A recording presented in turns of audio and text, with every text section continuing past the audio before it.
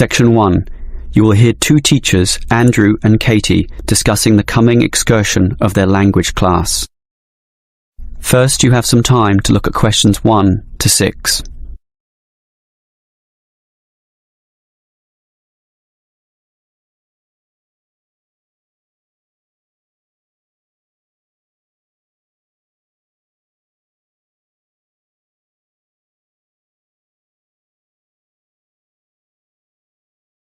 You will see that there is an example that has been done for you. On this occasion only, the conversation relating to this will be played first. Well, we have this school excursion plan, but when exactly is it? Is it this Tuesday or Wednesday? Well, it can't be Tuesday with the English tests taking place. Ah, right, not Tuesday but Wednesday. That's right, all day Wednesday, taking a bus outside the city. The excursion is on Wednesday, so Wednesday has been written in the space. Now we shall begin. You should answer the questions as you listen, because you will not hear the recording a second time. Listen carefully and answer questions 1 to 6. Well, we have this school excursion plan, but when exactly is it? Is it this Tuesday or Wednesday? Well, it can't be Tuesday with the English tests taking place. Ah, right, not Tuesday but Wednesday. That's right, all day Wednesday, taking a bus outside the city. And where are we going? Last month we went to Arthur Island, so this time we're going to the animal park. Arthur Island was okay, but it was too cold. Let's hope the weather for this week's excursion is better. I don't suppose animals care about bad weather, but I certainly do. Have you heard the forecast? Yes, and it's not too bad. Basically, they're saying Monday will be sunny. Good. But then the weather will change. Not so good. Yes, Tuesday we'll have some showers, but by Wednesday, the day of our excursion, it will be, well, their words are cold and cloudy. Cold and cloudy. Well, as long as it isn't wet and rainy, I'm happy enough. We won't need umbrellas, just warm clothing. And what time will we get there? Let's see, the bus picks us up at 8:30 a.m. and then it's an hour and a half on the road, so we arrive at 10 a.m. Sorry, with the 15-minute break, that will actually be 10:15 a.m. That's early enough. Then all our students can see the animals, have their fun, and do whatever they want to do. Well, one fun event planned that day is Birds of Prey. What's that? That's when they bring out several birds of prey, eagles, falcons, kites, those sorts of birds, and throw pieces of meat into the air, and the birds swoop down and eat them. It's quite impressive. Sounds great. Birds of prey. Are there any other activities? There's a catered lunch at the park restaurant. We've already paid for that. And in the afternoon there's... Well, I had a choice between the reptile display and the koala handling. In the reptile display, the students can handle live pythons and various other snakes. Surely they'd rather hold koalas. I'm sure, but the koalas can't be handled unless the weather's sunny, and given the forecast, I thought it better to choose the reptile display. That's a shame. These Asian students would love the koala handling. Yes, I know, but we can't control the weather. And then we get back. What time will that be? We leave the park at 4:30, but then we face traffic, so we won't get back until well after 6 p.m. It will most likely be 6:30, but that's better than the last trip. We didn't get home until 8:30 that time. Yes, that was a bit too late, wasn't it? Before you hear the rest of the conversation, you have some time to look at questions 7 to 10.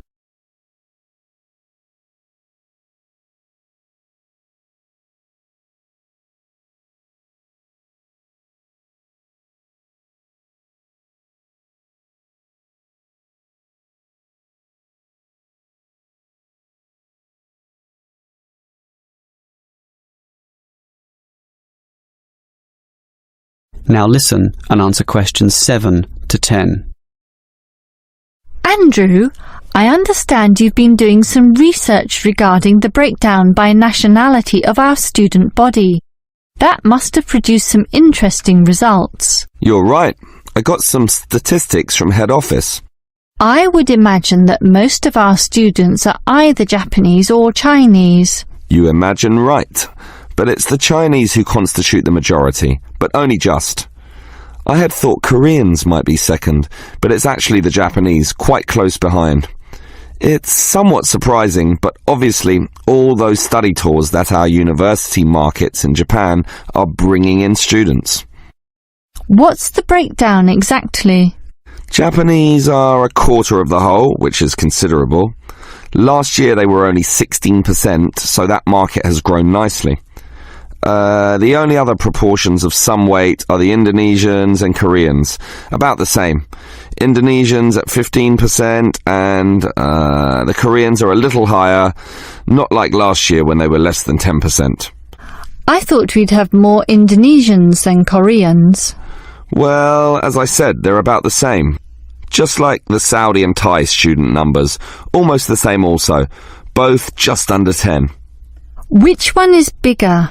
Thai students number just a fraction more. As for the other nationalities, collectively they're only 3%, so it wasn't worth giving each of them a separate category. I just grouped them under other. That's Vietnamese, South American, a couple of Russians, and so on. That is the end of section 1. You now have half a minute to check your answers. Now turn to section 2.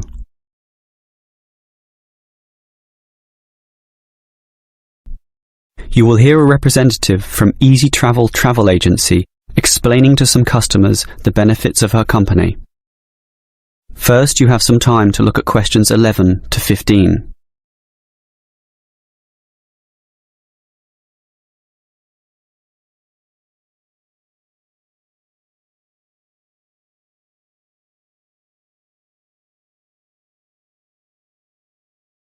Now listen carefully and answer questions 11 to 15. Hello everyone. Now you're here because you're interested in travel, right? And you're in the right place. For Easy Travel we have the best deals for the best locations. We specialize in eco-travel, or holidays designed to get you amongst nature, ignoring the hustle and bustle of big cities. So whether you want to hike in Nepal, as many people do, or follow some jungle paths in the rainforests of Queensland, we can give you the best deal. If you look at our office here, you'll see our overseas consultants. That's for trips overseas, obviously, to Europe, to North America, but primarily for the Asian market, which is generally more popular in this part of the world. Most people like that touch of the Orient, right? But they also like the domestic market, since this country offers its fair share of beautiful natural vistas. What about the deserts, anyone? What about some striking red rock gorges? Then talk to our domestic consultants, who can arrange anything you want. But they deal with the accounts in the morning, so you'll need to talk to them in the afternoon. And remember, our office doesn't open at night, sorry to say. Now, around the outskirts and outer regions of this city, there are many beautiful places that you might not be aware of, and the advantages of these regional locations are many. Mostly by being closer, some of them can be done in a day tour. Yes, it's fast and convenient with none of those long-haul bus trips which often leave you cramped and uncomfortable and stuffing heavy suitcases into luggage racks. But I should tell you about our buses, those that are needed for the somewhat more distant holiday destinations. They definitely do not suffer from those problems I just mentioned. We use the services of the famous Sleek Line Company, whose buses are known as the very best. Yes, they are big, yes, they are comfortable, but what makes them especially different is the personal attendant who accompanies the driver, ready and willing to serve you and ensure that your trip is the very best. So whether it's overseas or local, we can certainly give you what you want. Now, do you have any questions? Before you hear the rest of the talk, you have some time to look at questions 16 to 20.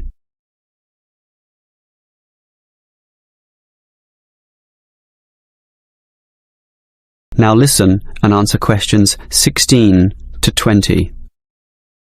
Right, let me orient you to our main Easy Travel office here. On this table right beside us are travel magazines for you to browse through, and on the wall next to that are many more for all parts of the world. Our 4 travel consultants sit over there on the other side of that long counter. That's right, 4 of them, side by side, all serving various regions.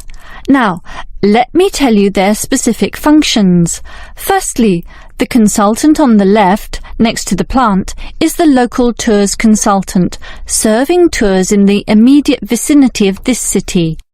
Next to her is what we call regional tours, targeting the statewide options. Next to her is the interstate tours, and that can involve either buses or planes.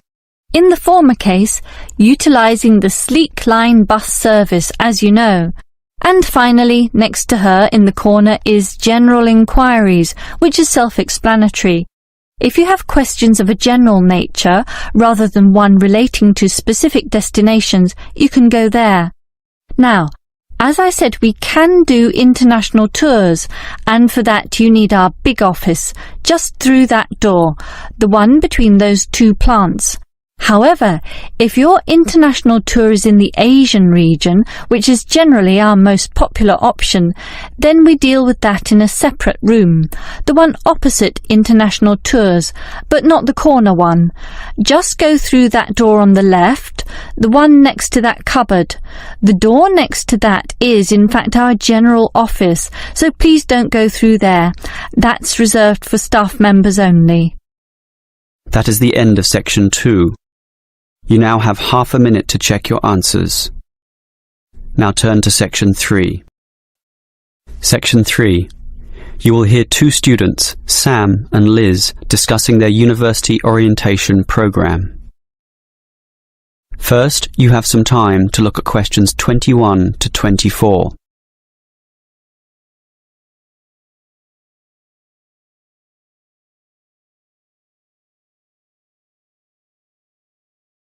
Now listen carefully and answer questions 21 to 24. Hi Liz, how do you feel about starting university here? A little bit nervous, but I'm confident I can handle it. This orientation program seems like it will help us a lot. Sure. I'm looking at the timetable here myself. It seems that there are choices available. I can see. So, what are you going to do Monday afternoon? In the morning we all have the opening lecture, but it looks like we have a choice later that day, as you said. Well, the careers lecture might be helpful, but I am interested in the uni tour. It's probably too early to be thinking of careers now anyway, and I want to know what's what at this new university, so I'm doing the tour. All right, I'll come along with you. Might learn something interesting. After all, we haven't seen much of this place yet, and we will be spending 4 years here. Tuesday is another full day too. In the afternoon there's a lecture about study skills, but that morning offers another choice. Library tour or student union induction? What do you think? I think the student union is very important, but we can go there anytime, right? So we should take advantage of the library tour while it's being offered. Maybe the week after, you and I can go to the student union. Library it is then. Now, Wednesday has a free session in the morning, but after lunch there's a choice between visiting the computer lab or attending a lecture on our legal rights. Well, law and rights are important, but computers are the basis of everything these days, so I'm going to the computer lab. Don't you think knowing our legal rights is equally, if not more important? We live in a very litigious and complex society now. Sure, but it's something we can pick up later, so let's leave that one out. Okay. Let me see the timetable. Thursday is a free day, and the week winds up with some celebrations on Friday afternoon. It looks like a fun choice too. There's either a barbecue on the main lawn or the dance.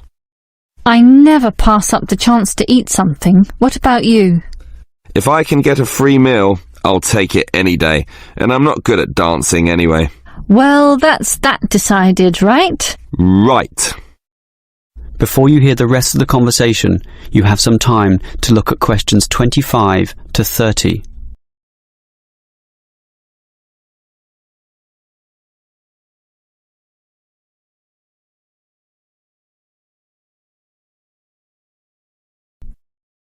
Now listen and answer questions 25 to 30.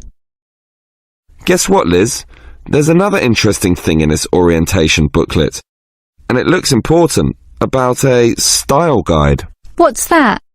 Take a look yourself.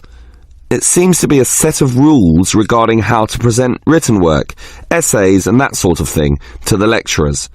They want a uniform style of presentation. I can see, so everything we hand in must have a header and a footer. A what? A header and a footer. The footer is at the bottom of the page and the header is at the very top. That's why they call it a header, you know, that little bit of writing giving details about the work. And they also want the word count. Why do they need that? I guess because the lecturers will specify the number of words they want for their assignment, and they want to be sure students follow this. And even the heading on the page has to be a specific dimension, 16 points and bold print and underlined. And subheadings are 14 points, and the font has to be Arial for everything. Yes, the main text is Arial too, as you said, and the size is 12 points, with the header and footer being slightly smaller at 10 points each. Well, it seems logical. The size of everything is in proportion to its importance. But why do they need the spacing of the main text to be 1.5? The header and footer are different. They're only single-spaced. Probably to allow the teacher to insert comments or corrections, or just to make it all more readable, I suppose. And we need wide margins on the left, right, top and bottom, probably for the same reason. Lots of space to allow the addition of comments. That's a bit scary, actually. It seems to assume we will be making mistakes. And look what they want in the header and footer. The header has the name of the work. Not the name of the teacher? No, the work, but surely the teacher's name must go somewhere. Ah, here it is. It goes in the footer. OK, I'd say this is all logical. If a page is lost, say falls to the floor, then with all this information it can always be traced back to the teacher involved. Right. As you say, all very logical. That is the end of section 3. You now have half a minute to check your answers.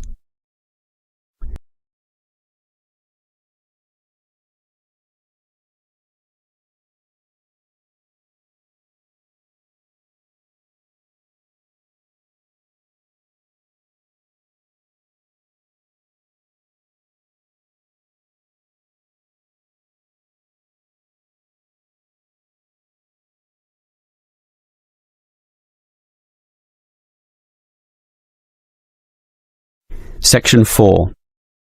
You will hear a lecturer discussing public parks. First, you have some time to look at questions 31 to 34.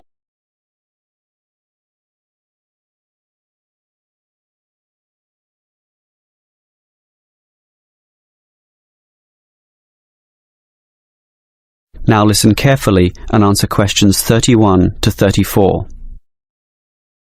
Most of us are familiar with a local park. We spend time there, play there, and have some of our best memories in these places. But what is a park? Basically, it can be defined as a natural, or at least semi-natural, piece of land, planted with a variety of trees, bushes and flowers, protected and reserved for the enjoyment of all citizens. There are usually regulations about the sorts of behaviour that can take place within. And sometimes there are facilities such as children's playgrounds or fields for ball games and other sorts of activities. For this reason, if there is grass, it is kept short, and this also discourages the breeding of insect pests. A well-maintained park actually needs a lot of people to look after it, and more so if the park showcases special plants, flowers or trees, in which case it is called a botanic garden. In complete contrast, if the park is big and remote enough, it is sometimes designated as a wilderness park, to be left completely alone and untouched, protected from all development in order to allow wild species, both plant and animal, to live undisturbed.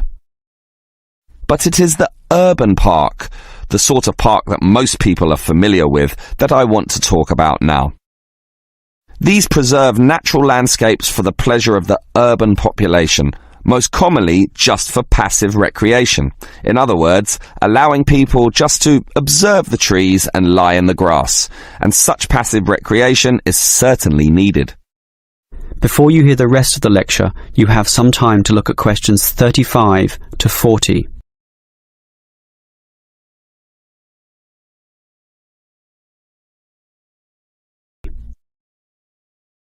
Now listen and answer questions 35 to 40.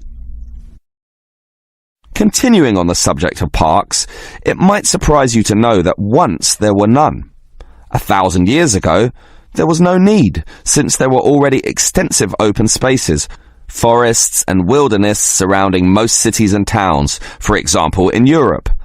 These dark, dank forests were large and even dangerous, full of wild animals and with the potentially fatal result of getting lost. Hence, fairy tales evolved about witches living in these areas and the wolves and bears which could threaten young children.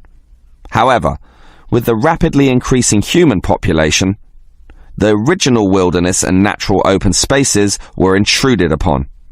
Forests were cut down as population spread, and with them, urban pollution and further deforestation. But it was only with the advent of the Industrial Revolution that people realized natural areas needed to be preserved to give the populace access to the sort of nature that was fast disappearing due to the uncontrolled development and demand for resources. The first park expressly designed for that purpose is usually considered to be Prince's Park in Liverpool. This was in 1841 on land donated to the public by a rich iron merchant. With such a generous donation, worth about £50,000, the council decided to invest £5,000 of its own money in making it look good. Consequently, they hired a landscape designer, Joseph Paxton, who designed twisting turning pathways among shade-giving trees, all based around a central lake.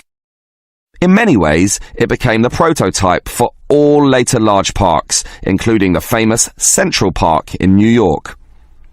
But if we were to pick the park that most people are familiar with, it would be the much smaller neighbourhood park. These can be tiny, but by being in the midst of extensive development and dense populations, they are increasingly seen as a refuge, where one can get a glimpse of true nature.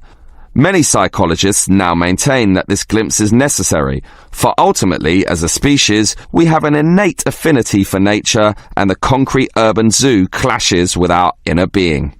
This has seen the rejuvenation of many urban parks that were once left to decay, for example in New York or London, and indeed some cities such as Melbourne are known all over the world for their abundance of carefully maintained parks, including a world-famous botanic garden. That is the end of section 4. You now have half a minute to check your answers. That is the end of the listening test. In the IELTS test, you would now have 10 minutes to transfer your answers to the answer sheet.